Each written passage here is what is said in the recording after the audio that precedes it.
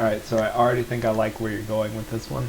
Um, so I don't know if you watched the like video that he posted. Like I think it was last week. He did the weekly newsletter, but in like video format, and somebody reposted it on Facebook.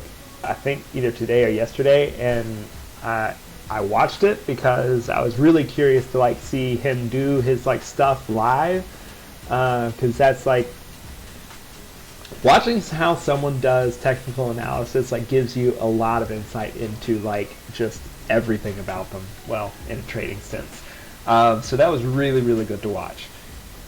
Bryce definitely thinks in like a long-term format, and that's good and bad. It's good because mostly he knows, like I think I've said this before, like he knows people in the space and he knows how to identify good projects, and that's great.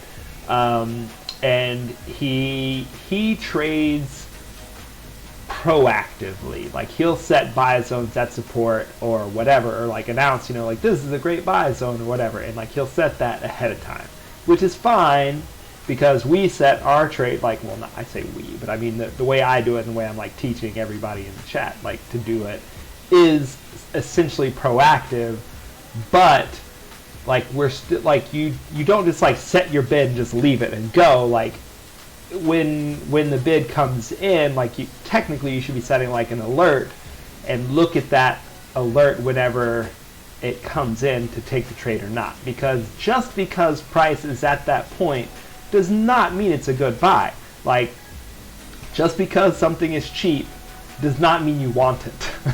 Because like it can continue going down, and you can see that by looking on the chart. So like 2.9 being a buy zone, sure, yes, but like is it a buy zone just because you think it'll go up, or just, I don't know, like whatever. Anyway, so he'll set buy zones just because he's thinking like long term picture. So any point, any support below where price is now at is a value to him, value in quotation marks.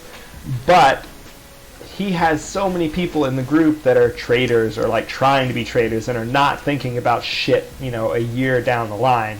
So they'll get into positions off of this 290, which is like a value buy, but it's not for like, a week or two, like price, like there have been a couple of calls that he's made that like price immediately dumped right after because like it just wasn't the right time to buy.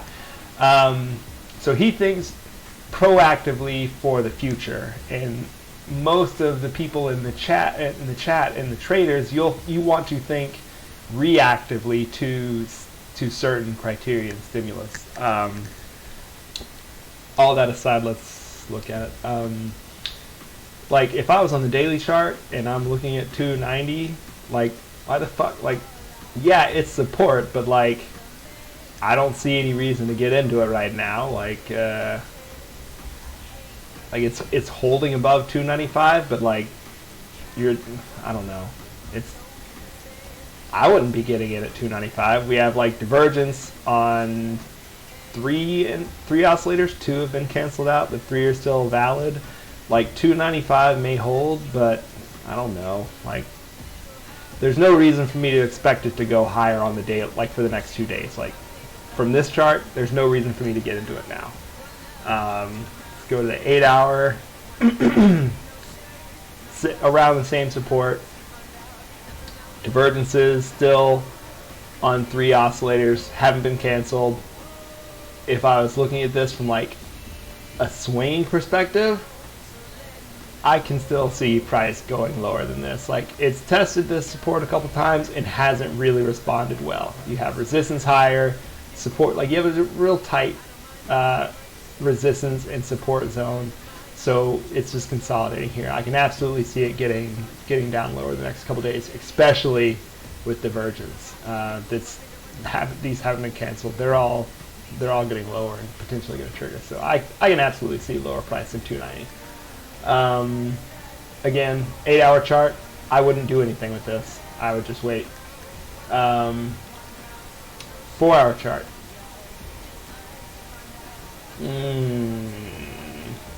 No divergences, so that's something. it's still in a consolidation pattern between these price ranges, and there's nothing here to suggest that like it's gonna be shooting up. Like, I would just expect sort of trading within the bands until we get some external like factor, like more volume pumping in will have to be done to get this over your resistance, because there's nothing here. Like, technically there's no reason to like trade on this. This was sort of a decent response from the the 52 period high. I really need to fix this indicator. This was a decent response from that. The fact that it's like still butting up to this, but I mean, I don't know. 4 hour, I would honestly still wait. We're probably gonna get some more consolidation until what, end of day tomorrow, into Wednesday. Like, then something may happen. I don't know. 4 hour chart. I wouldn't buy at 290. Like, maybe I'd buy at 290 to sell at 305, but like, I have no reason to suspect that like it's gonna shoot up and do anything crazy. 1 hour, we're bearish. Like, 1 hour we're bearish. So like, we're probably gonna get lower. I would, like, if I was trading off this chart, 301, I'd start shorting down to like 290. Like, that's, I don't know. I don't think there will be any meaningful response until we meet this like 285 or, you know, somewhere in this range. So yeah, sure, 290 would be a buy zone, but only if it doesn't look like it's going to continue breaking down further. Like, I wouldn't just buy at 290, and that's the shit that he says. He's just like, this is a buy. Well, like, okay, why? Just because it's here doesn't, like, that doesn't mean anything. It could absolutely fall off the bottom. You have no clue what it's going to do when it gets there, but it doesn't matter to him because it's probably sitting along like the 200-day moving average, or I don't know, it's probably at some slow moving average, and like, that's just like a blanket buy condition for an investor, and like, that's fine, but like, most people are traders, and like, that's not a reason to get in just because it's there. But whatever, that's kind of a rant, sorry.